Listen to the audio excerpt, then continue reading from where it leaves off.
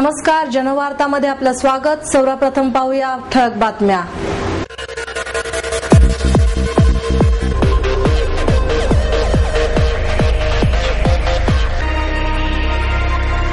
महिला आणि बालकल्याण समितीच्या अधिकाऱ्यांची सीबीआय चौकशी व्हावी, शिवसेना उपनेत्या नीलम गोऱ्हे यांची मागणी।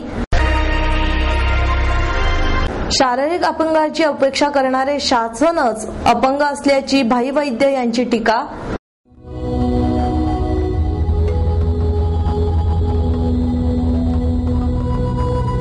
भृगु संहिता से जानिए आपके पिछले जन्म के बारे में, जानिए आपके इस जन्म के बारे में, जानिए आपके अगले जन्म के बारे में।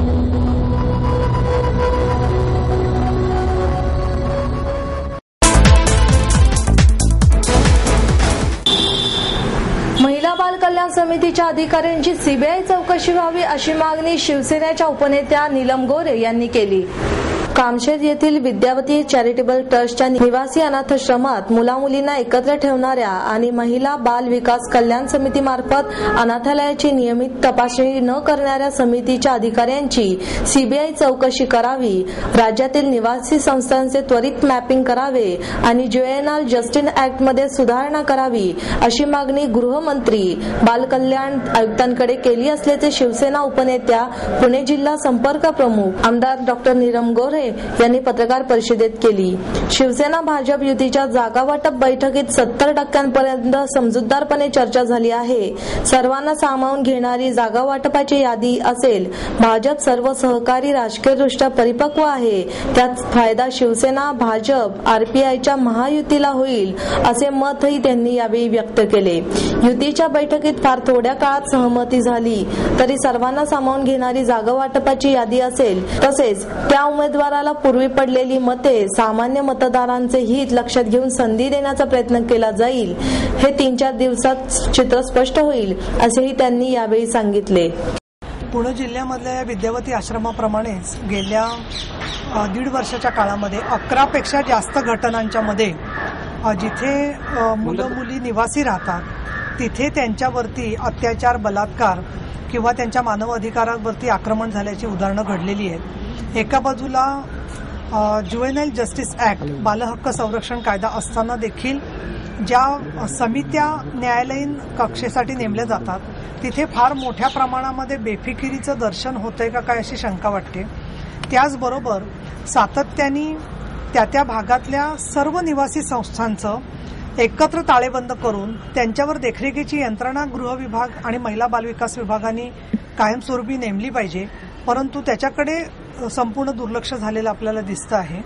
आणि तिसरं म्हणजे या सगळ्या मध्ये किती बालगृहांची आवश्यकता आहे। खरं तर निवासी गृहांची आवश्यकता जास्त असताना वारेमाप बालगृहांना परवानग्या देऊन ठेवलेल्या आहेत, तिथे कुठल्याही गुणवत्ता वापरली जात नाहीये। आणि अशी इथे जशी अल्पवयीन मुलगी गर्भवती राहिल्याची घटना घडली, अशा घटना स्वतः कोर्ट लक्ष घालतं तेव्हा आमचं डिपार्टमेंट जागं झालेलं दिसतं। ही अतिशय महाराष्ट्राच्या संपूर्ण कारकिर्दीवरती लांछनास्पद गोष्ट आहे। खरं तर 25 नोव्हेंबर ते 10 डिसेंबर हा संपूर्ण जगामध्ये महिलांवर होणाऱ्या हिंसाचाराच्या विरोधातला पंधरवडा म्हणून कार्यक्रम केले जात असताना प्रत्येक जिल्ह्यामध्ये सातत्याने ही घटना घडताना दिसत आहेत। मी इथे मागणी करते की या विद्यावती आश्रमाच्या संदर्भात ज्या महिला बाल विकास अधिकाऱ्यांनी दिरंगाई केली, देखरेख केली नाही, त्यांच्यावरती चौकशी झाली पाहिजे। ही जी घटना आहे ती अजून संवेदनशील पद्धतीने आणि ताबडतोब वेगाने हाताळण्यासाठी सीआयडीकडे हा तपास सोपवला गेला पाहिजे। आणि ससूनसारख्या हॉस्पिटल्सचा खासगीकरणाचा घाट सरकार घालत असतानाच आरोग्यविषयक सेवा जर का मुलामुलींना वेळेवर मिळाल्या नाहीत तर अजून त्याच्यामधून दिरंगाई होतीये। आणि चौथं म्हणजे या शाळेमध्ये राहणारी जी अन्य मुलं मुली होती त्यांना पालकांकडे पाठवलंय का इतर शाळांमध्ये पाठवलंय, आणि त्या मुलांना सुद्धा काळजी, देखरेख आणि समुपदेशन यांची तेवढीच गरज आहे।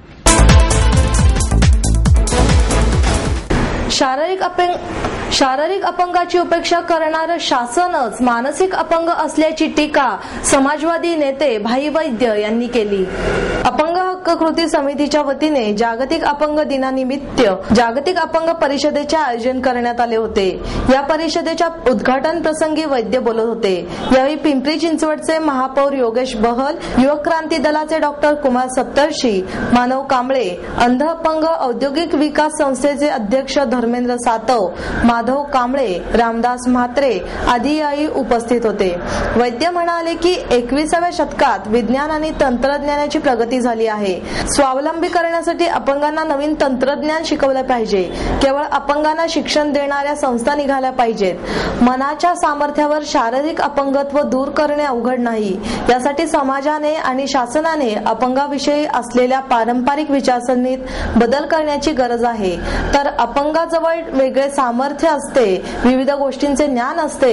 अपंग कधीही लाचारीचे जीवन जगत नाही। परदेशात तंत्रज्ञानाच्या प्रगतीने अपंगत्व शून्य करण्यात आले आहे, मात्र भारतात जातीला महत्त्व आहे। जन्मानेच लोक अपंग आहेत, त्यामुळे अपंगांना आरक्षण मिळत नाही किंवा नोकऱ्या मिळत नाही। खऱ्या अर्थाने अपंगांना सक्षम करण्याची वैचारिक परिवर्तन करण्याची गरज आहे, असे प्रतिपादन डॉक्टर सप्तर्षी यांनी केले।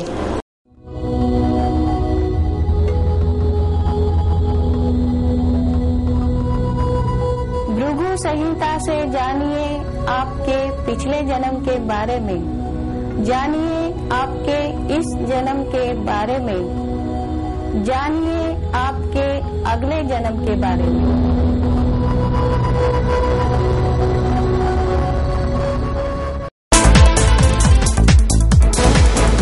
मर्ढेकरांच्या कवितांमध्ये फक्त भावना नसून खोल चिंतन असल्याचं मत ड.बी. कुलकर्णी यांनी व्यक्त केले। कॉन्टिनेंटल प्रकाशनच्या वतीने डॉक्टर सुरेश भृंगवार लिखित मर्ढेकरांची काव्यशैली या पुस्तकाचे प्रकाशन डॉक्टर कुलकर्णी यांच्या हस्ते करण्यात आले। यावेळी कार्यक्रमात मराठी ज्येष्ठ अभ्यासक डॉक्टर कल्याण काळे, डॉक्टर चंद्रकांत बर्वे, प्राध्यापक सुहासिनी कीर्तीकर उपस्थित होते। डॉक्टर कुलकर्णी म्हणाले, प्रेम, सामाजिक, आध्यात्मिक अशा कुठल्याही प्रकारच्या मर्ढेकरांच्या कवितांमध्ये हा अर्थतेचा सूर जाणवतो। त्यांनी वास्तववादी, वाङ्मयीन, अभिरुची संपन्न कविता मराठीला दिली आहे। प्रत्येक भाषेची एक अवस्था असते, त्यांची तत्व असतात, त्या तत्वाला धरून व्यवहार करत असतात। हेच भाषा शैलीचे शास्त्र वैशिष्ट्य आहे। हेच वैशिष्ट्य जपत भृंगवार यांनी हे पुस्तक लिहिले आहे। मर्ढेकरांच्या कविता नवप्रचितीचा आस्वाद देतात, असे प्राध्यापक कीर्तीकर म्हणाले। कॉन्टिनेंटल प्रकाशनच्या संचालिका अमृता कुलकर्णी यांनी प्रास्ताविक केले, तर सूत्रसंचालन मंजिरी जोशी यांनी केले। मराठी विद्यार्थ्यांना वेठीस धरून कन्नड महोत्सव साजरा करणाऱ्या शामराव कलमाडी हायस्कूलमध्ये संतप्त शिवसैनिकांनी राडा घातला। एरंडवना येथील शामराव कलमाडी हायस्कूलमध्ये अनेक विद्यार्थी मराठी भाषिक आहे। एकीकडे बेळगाव निपाणी भागात सातत्याने कर्नाटक सरकार मराठी भाषिक नागरिकांवर अन्याय अत्याचार करीत आहे, तर दुसरीकडे पुण्यात कलमाडी हायस्कूलमध्ये कन्नड महोत्सवाचे आयोजन केले जात आहे। या विरोधाभासामुळे शिवसैनिकांनी शाळेच्या आवारात प्रवेश करून महोत्सव होऊ दिला नाही। 2 दिवसाच्या या महोत्सवाला कर्नाटक सरकारचे एक मंत्रीही उपस्थित राहणार होते, परंतु शिवसैनिकांनी अचानक शाळेत राडा केल्याने ते मंत्री कार्यक्रमाला उपस्थित राहिले नाहीत। शिवसेना विद्यार्थी सेनेचे उपशहर प्रमुख किरण साळी, विभाग प्रमुख नंदू घाटे, विलास सोनावणे, संजय निमण, अनिल महाजिरे यांसह मोठ्या संख्येने शिवसैनिक यावेळी उपस्थित होते। कन्नड महोत्सव साजरा करण्यापूर्वी येथील मराठी भाषिक नागरिकांच्या शाळा प्रशासनाने विचार करायला हवा होता। महोत्सवाचे फलक कन्नड भाषेत लावण्यात आले होते। शिवसैनिकांनी हा महोत्सव होऊ देणार नाही असा इशारा दिल्यानंतर शाळा प्रशासनाने शिवसैनिकांची माफी मागितली, अशी माहिती विद्यार्थी सेनेचे उपशहर प्रमुख किरण साळी यांनी दिली।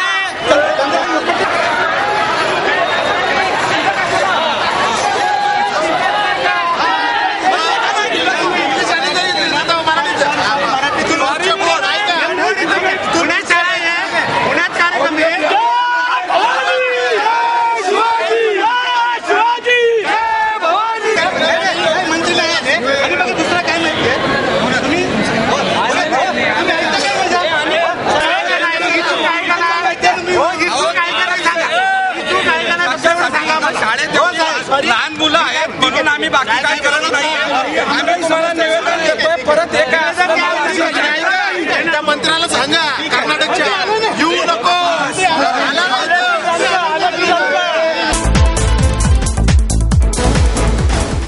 ब्राईट कार यांच्याकडून टायर ट्यूब गार्डचे अँटी लिक्विड नव्याने बाजारात आले आहे. महाराष्ट्रात रस्त्याच्या समस्या प्रकर्षाने भेडसावत असतात. त्यातच रस्त्यांवरचे खड्डे अशा अनेक कारणांनी गाड्यांचे टायर पंक्चर होण्याचे प्रमाण वाढत असते. नेमके हेच कारण शोधून ब्राईट कार यांच्याकडून टायर ट्यूब गार्डचे अँटी पंक्चर लिक्विड तयार करण्यात आले आहे, अशी माहिती ब्राईट कारच्या वतीने पत्रकार परिषदेत देण्यात आली. टायर ट्यूब गार्ड हे अमेरिकन प्रॉडक्ट असून हे अत्यंत हायटेक प्रॉडक्ट आहे. या लिक्विडमुळे पंक्चर झालेल्या ट्यूब पुनर्वत होतात किंवा पंक्चर होण्या अगोदर जर टायर ट्यूब हे लिक्विड वापरले तर पंक्चर होण्याचा धोका टळतो, असेही यावेळी सांगण्यात आले. तसेच हे liquid 2 wheeler, 4 wheeler, truck, trolley, tractor अशा वाहनांसाठी खूप फायदेशीर असल्याचेही त्यांनी सांगितले. तसेच नवीन टायर आणि ट्यूबमध्ये हे लिक्विड वापरल्याने टायर पंक्चर होणे टळतेच, परंतु टायरचे आयुष्य 10 ते 25% वाढते.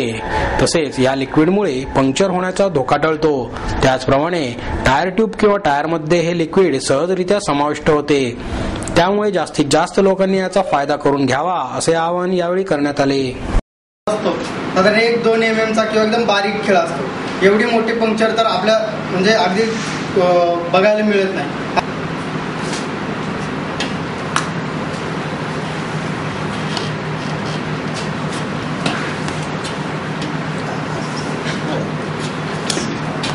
गेला पूर्णपणे. आता हा ज्यावेळेस काढल्यानंतर एक रोटेशन मिळालं, कारण पर्टिक्युलर याच्यामध्ये हवा मटेरियल जे असतं सोल्युशन असतं ते खाली राहतं. ज्यावेळेस एक रोटेशन मिळतं त्यावेळेस ते इमिडिएटली ब्लॉक करतं. फ्रिक्शन ऑफ सेकंडमध्ये सुरुवातीला फक्त तुम्हाला आवाज येईल आणि नंतर टायर रोटेट झालं की ते ब्लॉक होऊन जाईल. सील फ्रिक्शन ऑफ सेकंडमध्ये का सील करताय. इथे एक लिक्विड आलेलं आहे.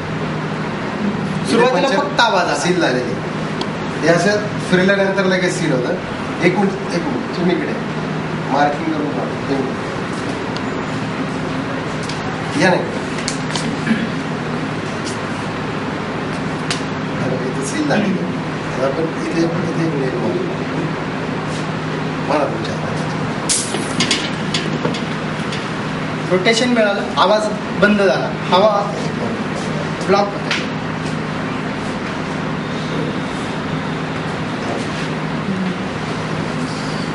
थोडंसं लिक्विड फक्त बाहेर येतं, थोडंसं असं पडा. आणि हा कस्टमरसाठी बेनिफिट असा आहे की आज गाडी कधी सांगून पंक्चर होत नाही. नमस्कार, माझं नाव PG निकम. आमची ब्राईट कार सिस्टम म्हणून जे कंपनी आहे टायर ट्यूब गार्डचं पूर्ण ऑल ओव्हर इंडियामध्ये लॉन्चिंग करते. आमचं हडपसर येथे ऑफिस आहे. आज रोजी आमच्या ब्राईट कार सिस्टमने या टायर ट्यूब गार्डचा 4 राज्यांमध्ये या ठिकाणी आम्ही प्रोडक्ट चालू केलेलं आहे. त्याच्यामध्ये प्रामुख्याने महाराष्ट्र, त्यानंतर मध्य प्रदेश, त्यानंतर राजस्थान आणि गोवा या पूर्ण 4 स्टेटमध्ये आज तागायत 200 पेक्षा जास्त आमचे डीलर्स आहेत. आणि हे प्रोडक्ट चांगल्या पद्धतीने या ठिकाणी लॉन्चिंग चालू आहे पूर्ण महाराष्ट्रामध्ये. या ठिकाणी पुण्यामध्ये आमचं एक 3 ते 4 शोरूममध्ये सुद्धा काम चालू आहे, ज्याच्यामध्ये होंडाचे काही शोरूम्स आहेत, TVSचे आहेत, बजाजचे आहेत, टोयोटोचे काही शोरूम्स आहेत. तर या माध्यमातून आम्ही आमच्या या ठिकाणी हडपसरला ब्राईट कारमध्ये सुद्धा आम्ही फिलअप करून देतो.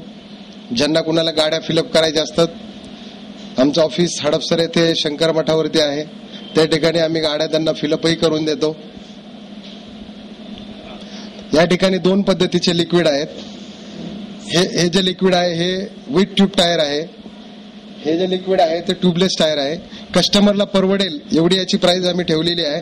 याची कस्टमर प्राइस आहे 800 रुपये आणि ट्यूबलेस टायरचे 1000 रुपये. एका 2 व्हीलरला 1 बॉटल लागते. प्लस जर कुठली 4 व्हीलर असेल तर 2 बॉटलमध्ये ते त्याचे फिलिंग होऊन जातं.